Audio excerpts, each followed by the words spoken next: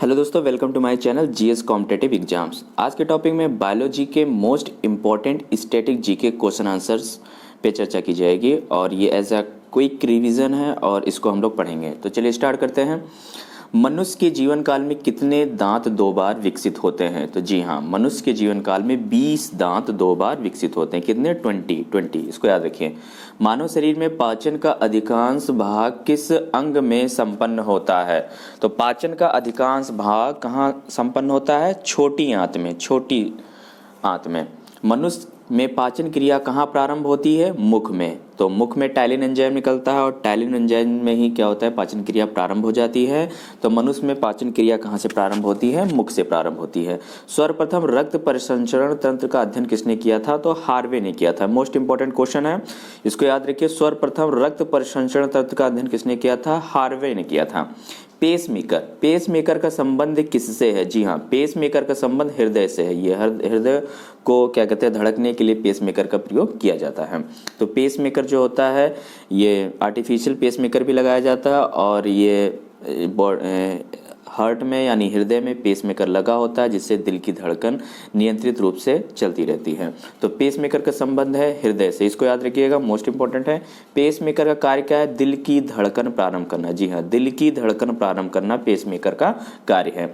गति प्रेरक किससे संबंधित है? तो गति प्रेरक हृदय से संबंधित है। किनकी भित्तियों पर रक्त द्वारा डाले गए दबाव को रक्तदाब या ब्लड प्रेशर कहते हैं? तो धमनी, धमनी की भित्तियों पर जो डाला गया दबाव होता है या ब्लड का जो प्रेशर होता है उसको क्या बोलते हैं? ब्लड प्रेशर या रक्त दबाव, रक्त दबाव। जी हाँ, आगे देखते हैं। सोते समय रक्त दाब में क्या परिवर्तन होता है? तो सोते समय जो होता है ब्लड प्रेशर आपका घट जाता है। तो सोते समय ब्लड प्रेशर घट जाता है, घटता है। मानव रुधिर का पीएच कितना होता है? मानव रुधिर का पीएच 7.4 होता है। जी हाँ, 7.4 होता है। मानव रक्त प्लाज्मा में प्रायः पानी की प्रतिशत मात्रा में कितनी भिन्नता होती है? तो 80 से 80%। ठीक है, 80% तक। रक्त में पाई जाने वाली धातु कितना है? लोहा। रक्त में कौन सी होता है? हीमोग्लोबिन पाया जाता है। हीम नामक पदार्थ पाया जाता है रक्त में, इसीलिए उसको हीमोग्लोबिन बोलते हैं। और रक्त में पाया जाने वाला धातु कौन सा है? लोहा, लोहा पाया जाता है। जी हाँ, आयरन। रक्त का शुद्धिकरण कहाँ होता है? तो रक्त का शुद्धिकरण किडनी में होता है, किडनी में होता है, वृक्क जिसको हिंदी में बोलते हैं। अधिकतम पोषक तत्व रक्त में कहाँ से अवशोषित किए जाते हैं? तो याद रखना, छोटी आंत में। छोटी आंत में क्या होता है? स्वांगीकरण होता है, भोजन का अवशोषण होता है।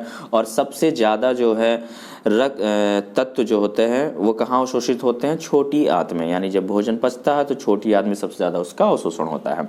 लार में कौन सा एंजाइम पाया जाता है? लार, अभी मैंने आपको बताया मुख में, मुख से ही भोजन का पाचन स्टार्ट हो जाता है।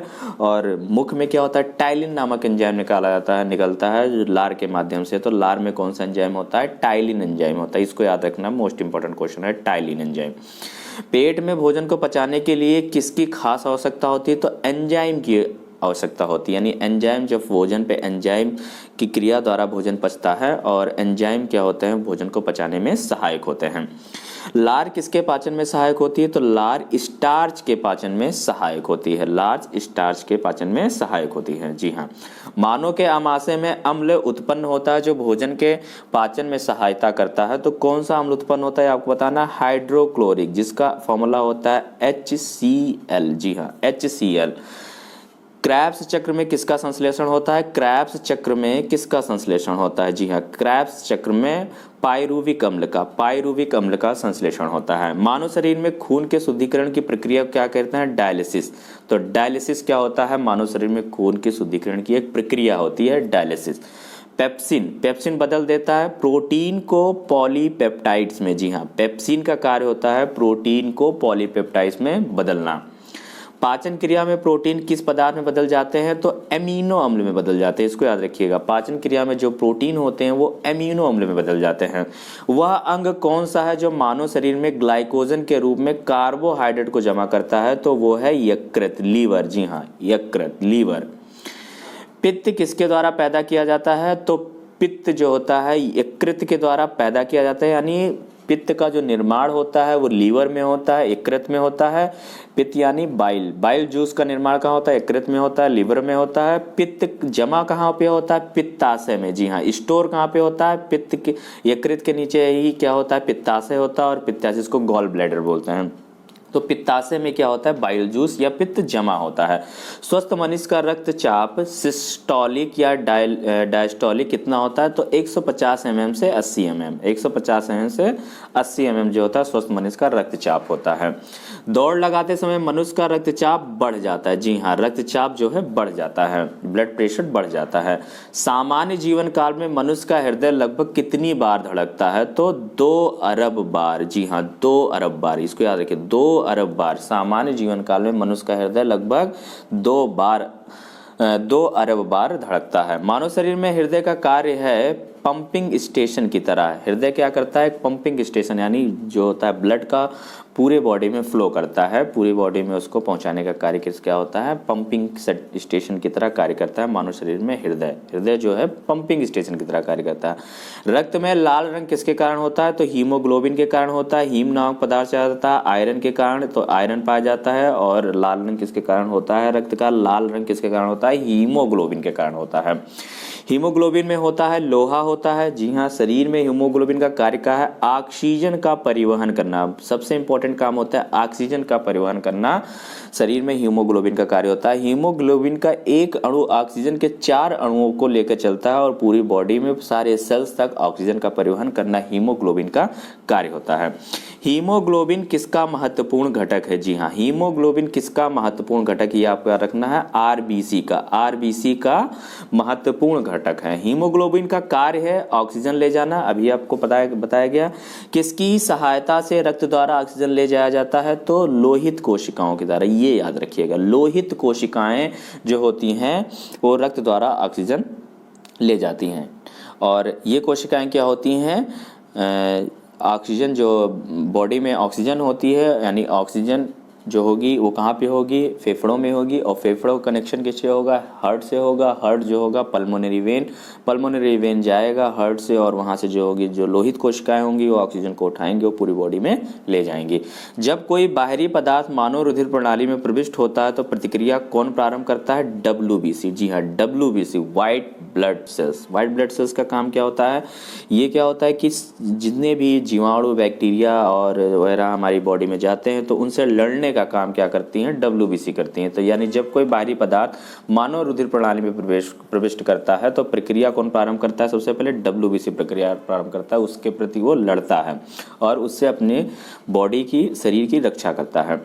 लाल रक्त कणिकाएं आरबीसी कहाँ उत्पन्न होती? तो ये मोस्ट इंपॉर्टेंट है, ये क्वेश्चन पूछा जाता है हमेशा, इसको याद रखिएगा इंपॉर्टेंट के रूप में। आरबीसी जो है वो अस्थि मज्जा में इनका निर्माण होता है, यानी लाल रक्त कणिकाएं आरबीसी का निर्माण कहाँ होता है? अस्थि मज्जा में होता है। किसको आरबीसी का कब्रिस्तान कहा जाता है? ये भी इंपॉर्टेंट है। आरबीसी का कब्रिस्तान किसे कहा जाता है? प्लीहा को कहा जाता है। जी हाँ, प्लीहा को। मनुष्य की लाल रक्त कोशिकाओं का जीवन काल कितना होता है? 120 दिन का होता है, यानी आरबीसी का जीवन काल कितना होता है? 120 दिन। एक आरबीसी कितने दिन की होती है? 120 दिन की होती है, यानी उसका जीवन काल 120 दिन होता है। 120 दिन बाद वो कहाँ पे? प्लीहा में जाके वो डेड हो जाती है। आरबीसी का कब्रिस्तान क्या है? प्लीहा है। पचे हुए भोजन में मौजूद विषैले पदार्थ का कौन सा अंग चूषण करता है? तो कौन सा अंग चूषण करता है? यानी चूषण करने का मतलब है पचाता कौन है? पचे हुए भोजन में विषैले पदार्थ जो भी जाते हैं, जो भी बैक्टीरिया वगैरह भोजन के साथ चले जाते हैं, तो उनको कौन मारने का कार्य कौन करता है? लीवर करता है। लीवर से विभिन्न प्रकार के जूस जो होते हैं, एंजाइम निकलते हैं और वो बैक्टीरियाज को मारते हैं। मानव शरीर में लाल रक्त कण का निर्माण कहाँ होता है? अस्थि मज्जा में है। आरबीसी का भी बताया गया, आरबीसी का निर्माण कहाँ होता है? अस्थि मज्जा, बोन मैरो जिसको बोलते हैं। लाल रुधिर कणिकाओं का उत्पन्न किसके द्वारा होता है? अस्थि मज्जा के द्वारा होता है। ठीक है। उच्च 49 पर मानव शरीर में आरबीसी की संख्या क्या होती है? बढ़ती है। सफेद रक्त कण WBC का मुख्य कार्य क्या है? रोग प्रतिरोध क्षमता का धारण करना, यानी रोग प्रतिरोधक क्षमताओं को धारण करना आरबीसी का काम करना, यानी रोगों से लड़ने का काम क्या होता है? WBC करती है, इसीलिए इनको रोग प्रतिरोधक क्षमता या जिसकी WBC स्ट्रांग होती है उनकी रोग प्रतिरोधक क्षमता सबसे ज़्यादा होती है। मनुष्य में मेरुदंड की कितनी जोड़ी तंत्रिका निकलती है? तो 31 जोड़ी, ये याद रखिएगा। मेरुदंड में कितनी जोड़ी तंत्रिका निकलती है? 31 जोड़ी निकलती है। प्रतिवर्ती क्रियाओं का नियंत्रण केंद्र कहाँ पर है? तो कशेरुक रज्जु में, कशेरुक रज्जु में, जी हाँ, कशेरुक रज्जु में। स्तनधारी किसमें यूरिया बनाते हैं? तो स्तनधारी जो होते हैं यकृत या लीवर में यूरिया बनाते हैं। मानव शरीर में सबसे छोटी अंतःस्रावी ग्रंथि कौन सी है? तो अवधु ग्रंथि, अवधु ग्रंथि, ठीक है। मूत्र का पीला रंग किसके मौजूदगी के कारण होता है? यूरोक्रोम, यूरोक्रोम नामक पीला पदार्थ के कारण जो होता है यूरिन का कलर जो होता है वो पीला होता है। तो याद रखिएगा, यूरोक्रोम नामक पदार्थ पाया जाता है मूत्र में, इसी कारण उसका रंग पीला होता है। गुर्दे का कार्यात्मक यूनिट क्या है? नेफ्रॉन, जी हाँ, गुर्दे का जो कार्यात्मक इकाई है वो क्या है? नेफ्रॉन, इसको याद रखिएगा। किसकी कुसंक्रिया के कारण मानव शरीर में मिक्सीडीमा होता है? तो अवधु ग्रंथि के कारण, ये याद रखिएगा, अवधु ग्रंथि के कारण। मानव शरीर के भीतर खून किसकी उपस्थिति के कारण नहीं जमता है? तो हिपैरिन, मनुष्य की बॉडी में जो होता है हिपैरिन नामक एंजाइम पाया जाता है। जो हिपैरिन जो है वो उसकी कारण जो उसी के कारण जो होता है, जो वेन्स होती हैं यानी जो नसें होती हैं, नसों में खून का जमना नहीं हो पाता, यानी हिपैरिन की उपस्थिति के कारण खून जो है बॉडी में नहीं जमता है। तो याद रखिएगा किसके कारण? हिपैरिन के कारण। रुधिर के प्लाज्मा में किसके द्वारा एंटीबॉडी निर्मित होती है? तो लिम्फोसाइट्स, लिम्फोसाइट्स जो होती है रुधिर प्लाज्मा में एंटीबॉडी निर्माण करने में सहायक होती हैं। एंटीजन प्रतिजन को एक ऐसा, एंटीजन या प्रतिजन एक ऐसा पदार्थ है जो प्रतिरक्षी के निर्माण में बढ़ावा देता है। तो प्रतिरक्षी के निर्माण में बढ़ावा कौन देता है? Antigen, antigen. आयोडीन युक्त हार्मोन है थायरोक्सिन, थायरोक्सिन जो है वो आयोडीन युक्त हार्मोन से, यानी आयोडीन की मात्रा इसमें ज़्यादा होती है थायरोक्सिन हार्मोन्स में, और आयोडीन की कमी से क्या हो जाता है? घेंघा रोग होता है। मानव के श्वेत रक्त कणों RWBC का व्यास होता है लगभग 0.0007 यानी 0.007 mm होगा। ये यहाँ पे पॉइंट लगा होगा, 0.007 mm होगा, ठीक है, इसको याद रखिएगा। अपोहन या बायलिसिस का प्रयोग किस क्रिया को पूरा करने के लिए होता है? तो इसका उत्तर है ब्रेक, जी हाँ, ब्रेक। तो अपोहन का प्रयोग किस क्रिया को पूरा करने के लिए होता है? ब्रेक को। अपोहन का प्रयोग किस क्रिया को पूरा करने के लिए किया जाता है? ब्रेक, किडनी का, ठीक है। स्वेदन किसके लिए महत्वपूर्ण है? शरीर के तापमान को विनियंत्रित करने के लिए। सामान्यतः निषेचन होता है गर्भाशय में, निषेचन किस में होता है? गर्भाशय में होता है। एम्ब्रियोसेंटोसिस एक तरीका है जो बताता है भ्रूण के लिंग का। तो भ्रूण के लिंग की पहचान किसके द्वारा किया जाता है? एम्ब्रियोसेंटोसिस, एम्ब्रियोसेंटोसिस एक तरीका है, एक प्रणाली है, एक प्रोसेस है जिससे भ्रूण लिंग की पहचान की जाती है। मानव शरीर में रक्तचाप नियंत्रण होता है अधिवृक्क ग्रंथि से, अधिवृक्क ग्रंथि से। जीवन रक्षक हार्मोन किस ग्रंथि से स्रावित होते हैं? तो एड्रिनल ग्रंथि से क्या होते हैं? जीवन रक्षक हार्मोन स्रावित होते हैं। मानव शरीर में किस ग्रंथि को मास्टर ग्रंथि या मास्टर ग्लैंड के नाम से जाना जाता है? तो पीयूष ग्रंथि को, जी हाँ, पीयूष ग्रंथि को, याद रखिएगा, पीयूष ग्रंथि को मास्टर ग्लैंड या मास्टर ग्रंथि के नाम से जाना जाता है। तो किसको? पीयूष ग्रंथि को। ये मस्तिष्क में पाई जाती है और सभी ग्रंथियों को ये नियंत्रण करती है, सभी ग्रंथियों के कार्यों को ये नियंत्रण करती है पीयूष ग्रंथि। मनुष्य के शरीर के सबसे छोटी ग्रंथि कौन सी है? पिट्यूटरी ग्लैंड, पिट्यूटरी ग्लैंड यानी पीयूष ग्रंथि, ये दोनों नाम एक ही है, पीयूष ग्रंथि या पिट्यूटरी ग्लैंड, इसी को भी मास्टर ग्लैंड कहा जाता है। और ये सबसे छोटी होती है और छोटी होने के बावजूद भी पूरे बॉडी के सभी ग्रंथियों पर इसका नियंत्रण होता है। गर्भाशय में शिशु के विकास की जानकारी हो तो किसका प्रयोग किया जाता है? तो अल्ट्रासाउंड का, जी हाँ, अल्ट्रासाउंड का प्रयोग किया जाता है कि शिशु का विकास किस तरह हो रहा है, किस प्रकार हो जाता है। अल्ट्रासाउंड के द्वारा पता चल जाता है कि किस प्रकार से शिशु का कितना विकास हुआ, कितने दिनों में। भ्रूण के विकास के लिए किस अंग के द्वारा खाद्य की पूर्ति की जाती है? बीजांडासन के द्वारा, बीजांडासन के द्वारा, जी हाँ। स्त्रियों को नसबंदी को कहा जाता है तो क्या कहा जाता है? ट्यूबेक्टोमी, ट्यूबेक्टोमी, जी हाँ। गाय और भैंस के थनों में दूध उतारने के लिए हार्मोन्स की सुई लगाई जाती है, कौन सी? ऑक्सीटोसिन। ऑक्सीटोसिन हार्मोन्स की सुई लगाई जाती है, जिससे क्या होते हैं, उनके गाय और भैंस के जो थन होते हैं उनमें क्या होते हैं, दूध आ जाता है। थायराइड ग्रंथि से थायरॉक्सिन स्रावित करने के लिए उत्तेजित करने वाली अंतःस्रावी हार्मोन्स कौन सा है? तो TSH। कौन सा है? TSH, इसको याद रखिएगा। मायोग्लोबिन में कौन सी धातु होती है? तांबा होता है, ठीक है, कॉपर। एक वयस्क पुरुष के लिए सामान्य हीमोग्लोबिन मात्रा प्रति 100 ml रक्त कितना होता है? 5 ग्राम, यानी 100 ml में 5 ग्राम कितना होता है? हीमोग्लोबिन की मात्रा होती है। तो एक सामान्य वयस्क पुरुष में हीमोग्लोबिन की मात्रा कितनी होती है? 100 ml में 5 ग्राम होती है हीमोग्लोबिन की मात्रा। मानव शरीर का सामान्यतः तापमान कितना?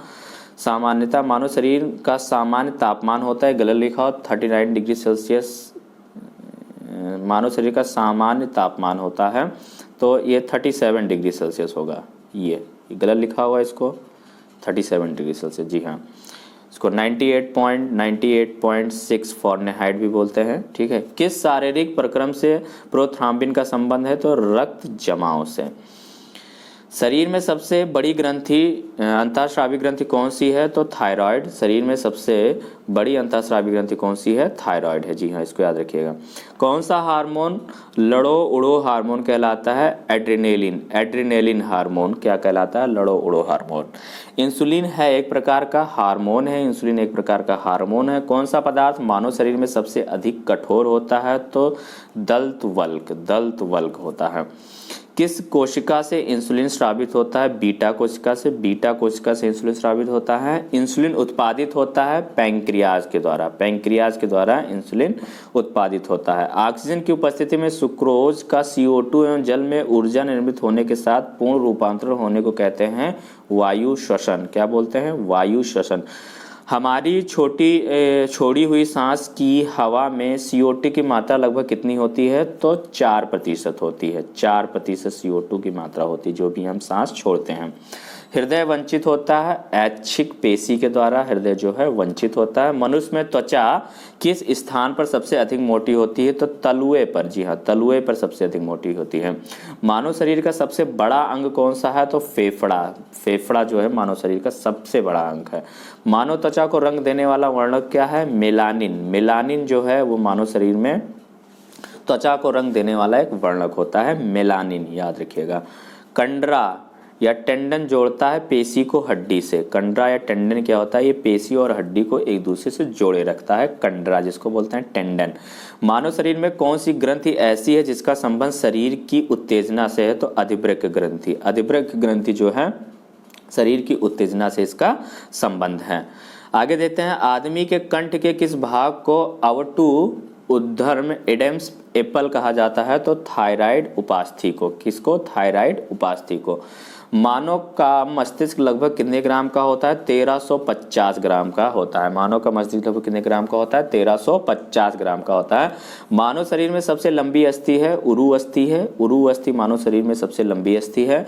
मुख्यतः इसकी उपस्थिति के कारण मानव शरीर उच्च वायुमंडलीय दाब के अंतर्गत भी बिना कुचला रहता है। तो कोशिकाओं में तरल की उपस्थिति के कारण।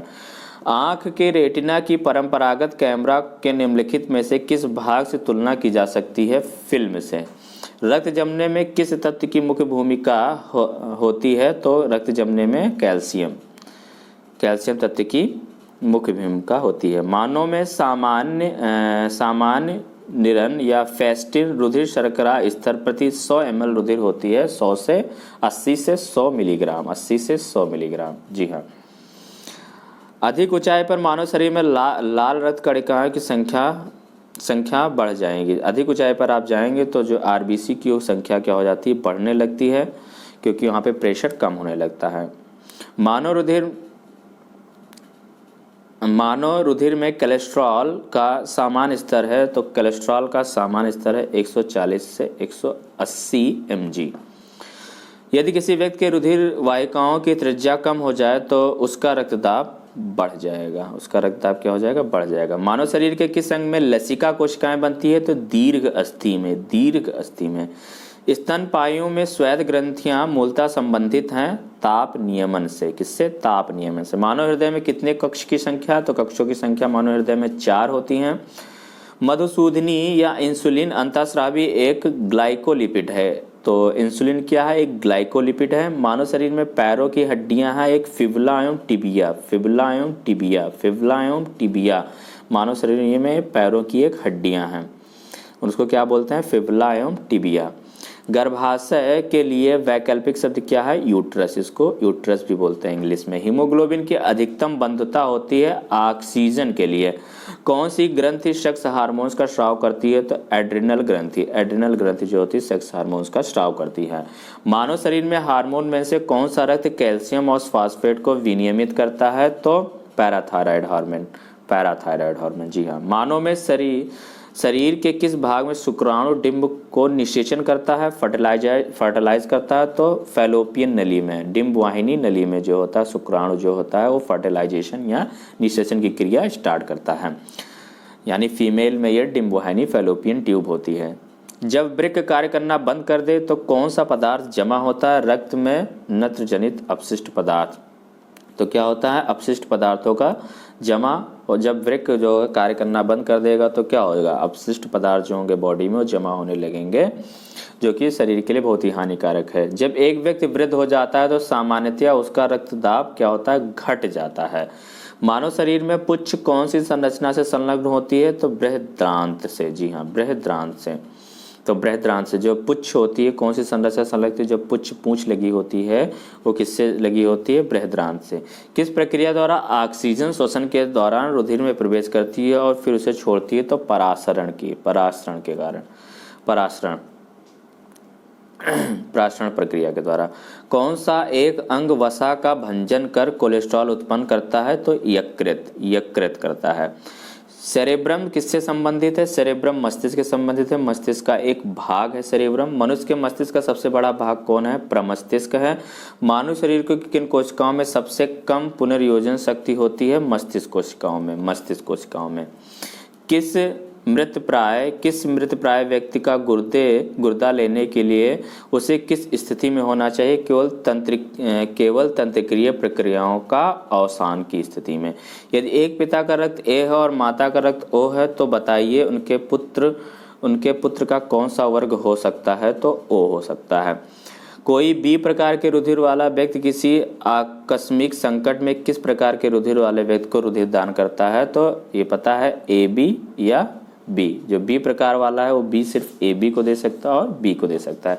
यदि माता पिता में किसी एक रुधिर वर्ग ए बी है और दूसरे का ओ है तो उनके बच्चे का संभावित रुधिर वर्ग ए या बी होगा। जी हाँ। संतानों की भ्रूणीय अवस्था में माता के गर्भाशय के अंदर ही रक्त का थक्का बनने से मृत्यु हो जाती है।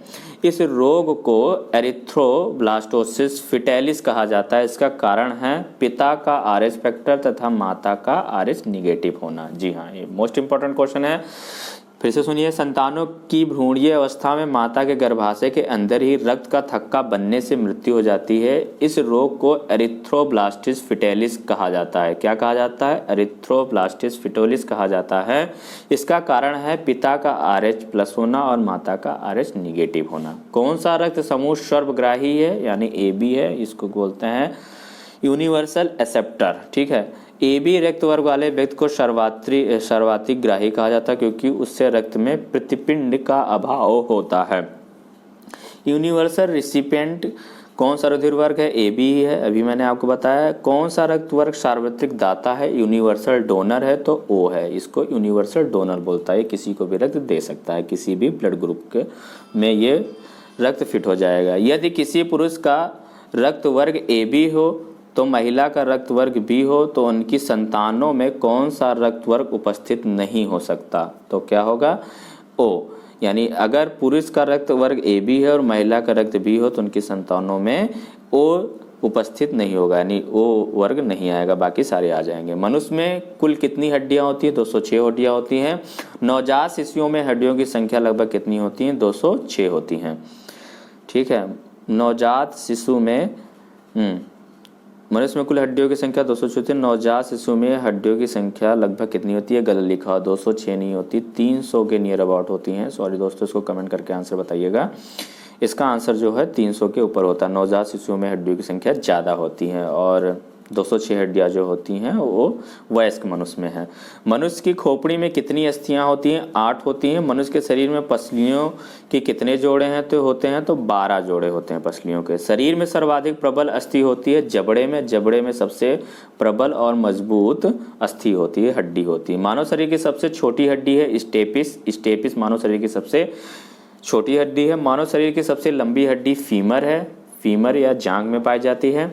मानव शरीर की पैर की हड्डी खोखली होती है। कैसी होती है? खोखली होती है। टिबिया नामक हड्डी किस में पाई जाती है? तो टांग में पाई जाती है टिबिया नामक हड्डी। मानव शरीर के किस अंग की हड्डी सबसे लंबी होती है? तो जांग की सबसे लंबी होती है। जांग की हड्डी सबसे लंबी होती है। वृद्धावस्था में मनुष्य की हड्डियां क्यों कमजोर हो जाती हैं? कैल्शियम की कमी के कारण। हाँ जी हाँ, कैल्शियम की कमी के कारण वृद्धावस्था में हड्डियां कमजोर हो जाती हैं। एथलीट को किससे जल्दी और ऊर्जा मिलती है? कार्बोहाइड्रेट से। कार्बोहाइड्रेट से आपको तुरंत इंस्टेंट एनर्जी मिलती है। लंबे समय तक कठोर शारीरिक कार्य के पश्चात मांसपेशियों में थकान अनुभव होने के कारण होता है ग्लूकोज का अवक्षय। रक्त ग्लूकोज स्तर सामान्यतः व्यक्त किया जाता है तो भाग प्रति मिलियन में। भाग प्रति मिलियन है। शरीर में ऊतकों का निर्माण किससे होता है? तो प्रोटीन से होता है। ऊतकों का निर्माण किससे होता है? प्रोटीन से होता है।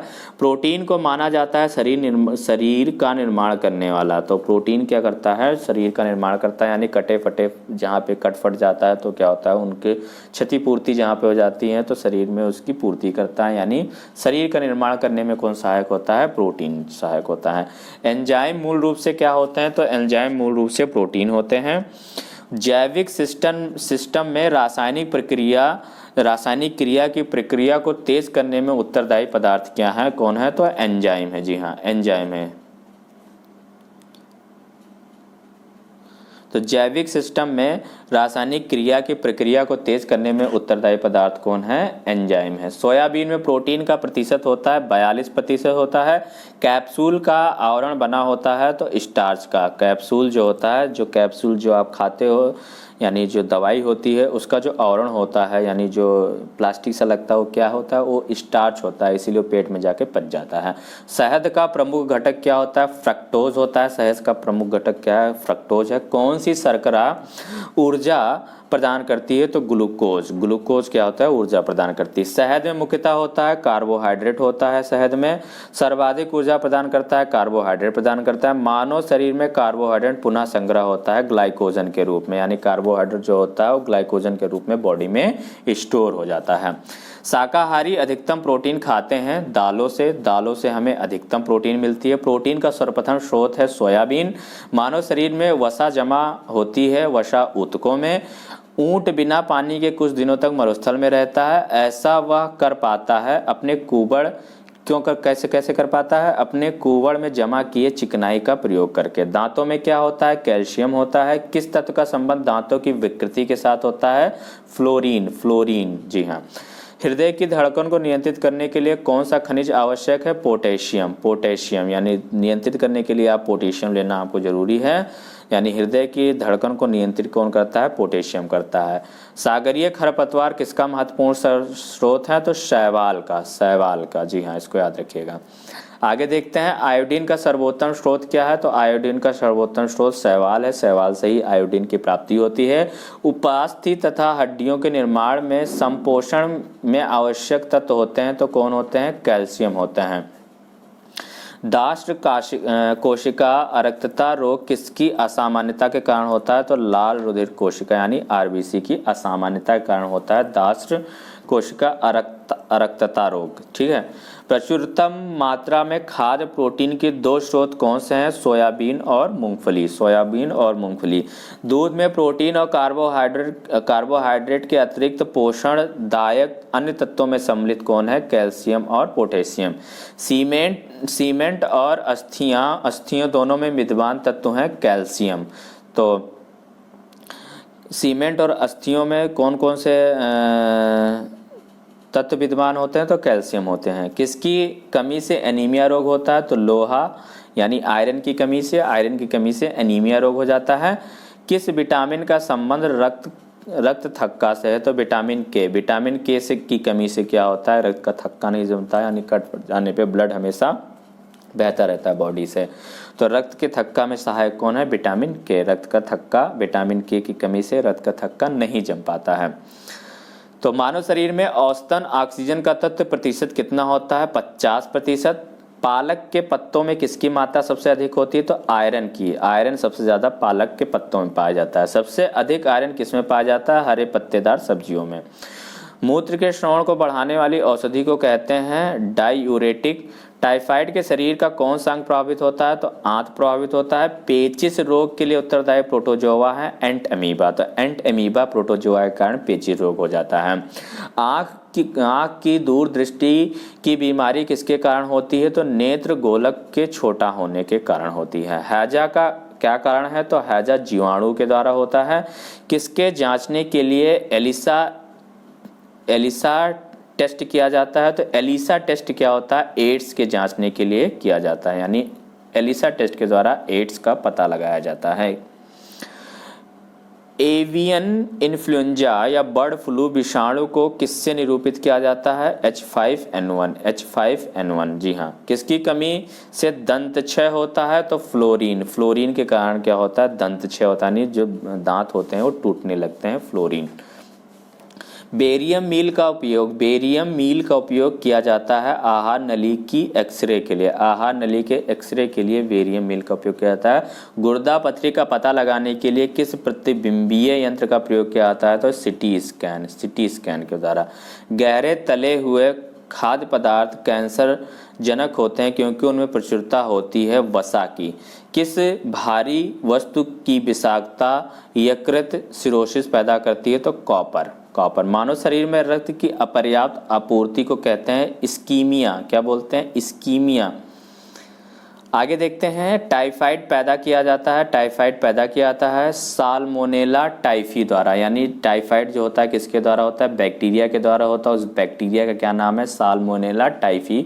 बैक्टीरिया के द्वारा टाइफाइड पैदा होता है या टाइफाइड हो जाता है। BCG प्रतिरक्षण है टीबी के लिए, यानी टीबी के लिए जो एंटीबॉडी लगाई जाती है, प्रतिरक्षण इंजेक्शन जो लगाया जाता है वो BCG का टीका लगाया जाता है। तो टीबी के लिए BCG का टीका लगाया जाता है। कार्बोहाइड्रेट के अलावा हमारे आहार में ऊर्जा का एक प्रमुख स्रोत वसा है।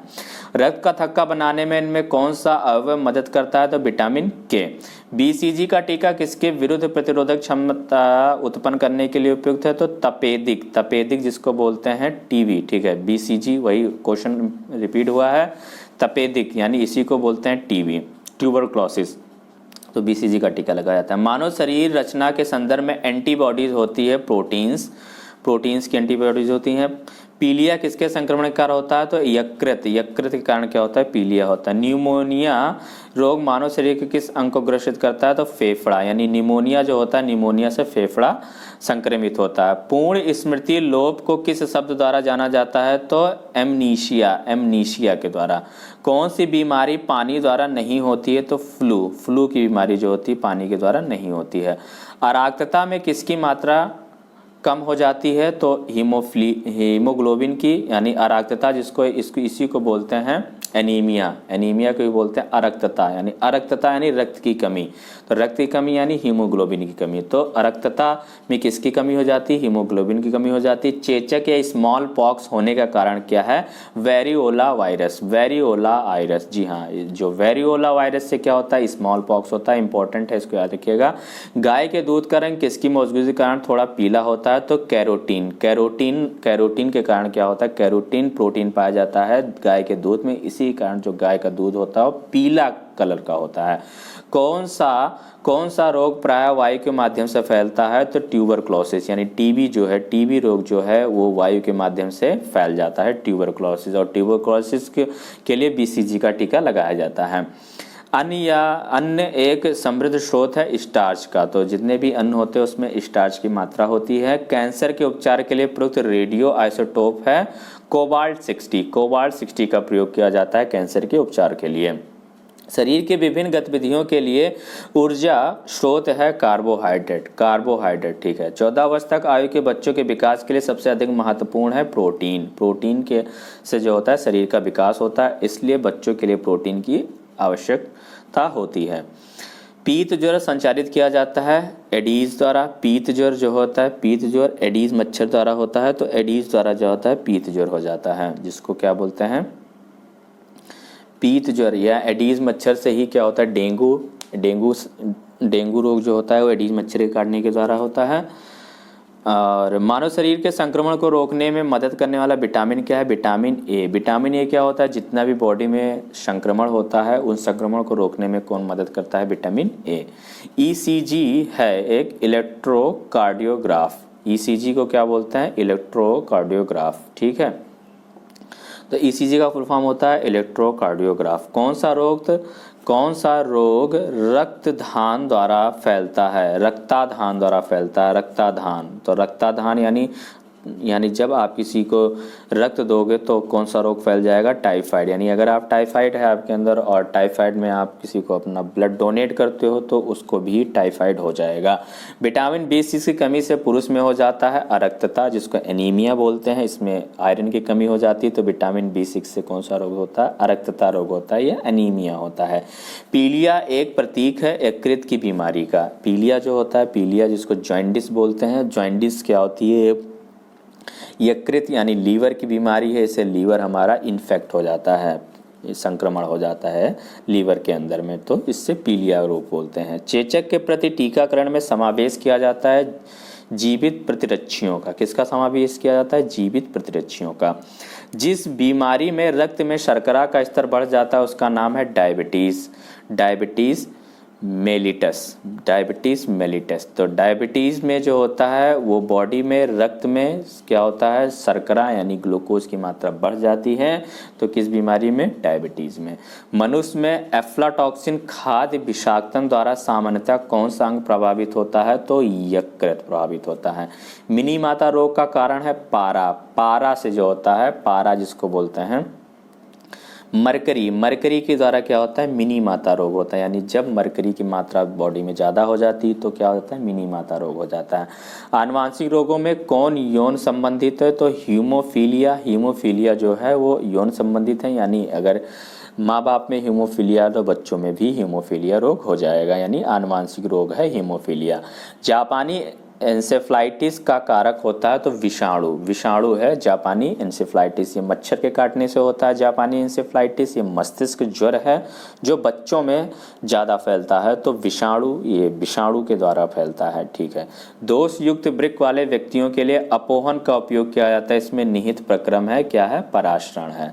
EEG से जिस अंग की कार्यप्रणाली प्रकट होती है वो क्या है, मस्तिष्क है।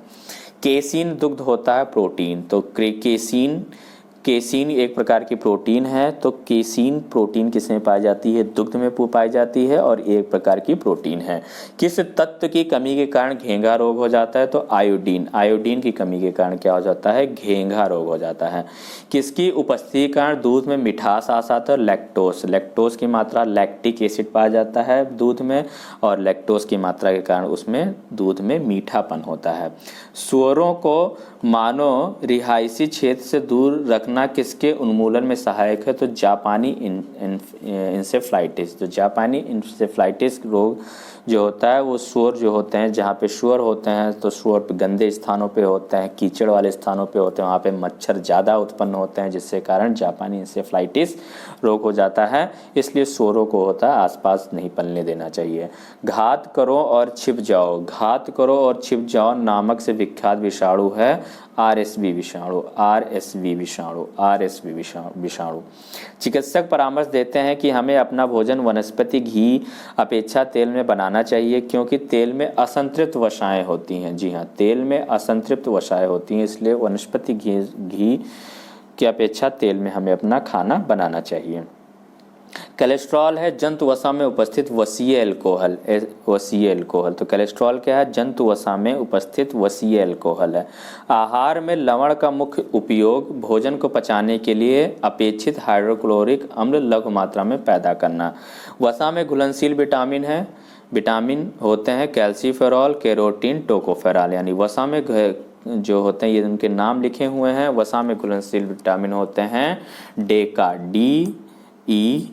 DEKA, ए, यानी vitamin D, vitamin E, vitamin E, vitamin के, विटामिन ए। तो ये क्या होते हैं? वसा में घुलनशील विटामिन होते हैं और जल में घुलनशील विटामिन बी और सी होते हैं। बी और सी में जल में घुलनशील विटामिन होते हैं। एक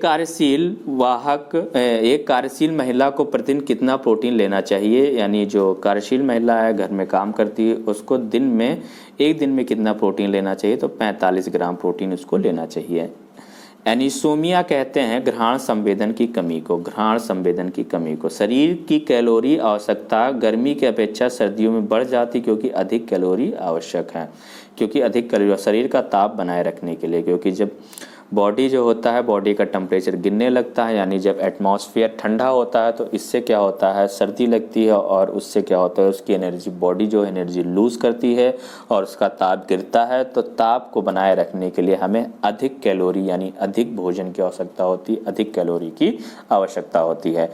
राष्ट्रीय पोषण संस्थान एक अनुसंधान है जो किस राज्य में स्थित है? आंध्र प्रदेश में। तो आंध्र प्रदेश में क्या है? राष्ट्रीय पोषण संस्थान है। न्यूट्रास्यूटिकल्स उत्पाद हैं जिनमें होते हैं पोषक और औषधीय प्रभाव। पोषक और औषधीय प्रभाव। दूध का धवल रंग किस उपस्थिति के कारण होता है? धवल रंग किस उपस्थिति के कारण होता है? तो केशिन, यानी थोड़ा सा वो क्या होता है? पीले कलर का होता है, इसलिए क्योंकि उसमें केशिन नामक हार्मोन्स पाया जाता है। तो ये आपका क्विक रिवीजन था बायोलॉजी, और इसी तरह मैं आपको नेक्स्ट वीडियो में भी कुछ इंपॉर्टेंट बायोलॉजी के जीके क्वेश्चंस दूंगा। स्टैटिक जीके होगा जो आपके लिए एग्ज़ाम के लिए मोस्ट इम्पॉर्टेंट हैं। तो मिलते हैं अगले वीडियो में। नमस्कार, जय हिंद, जय भारत, धन्यवाद।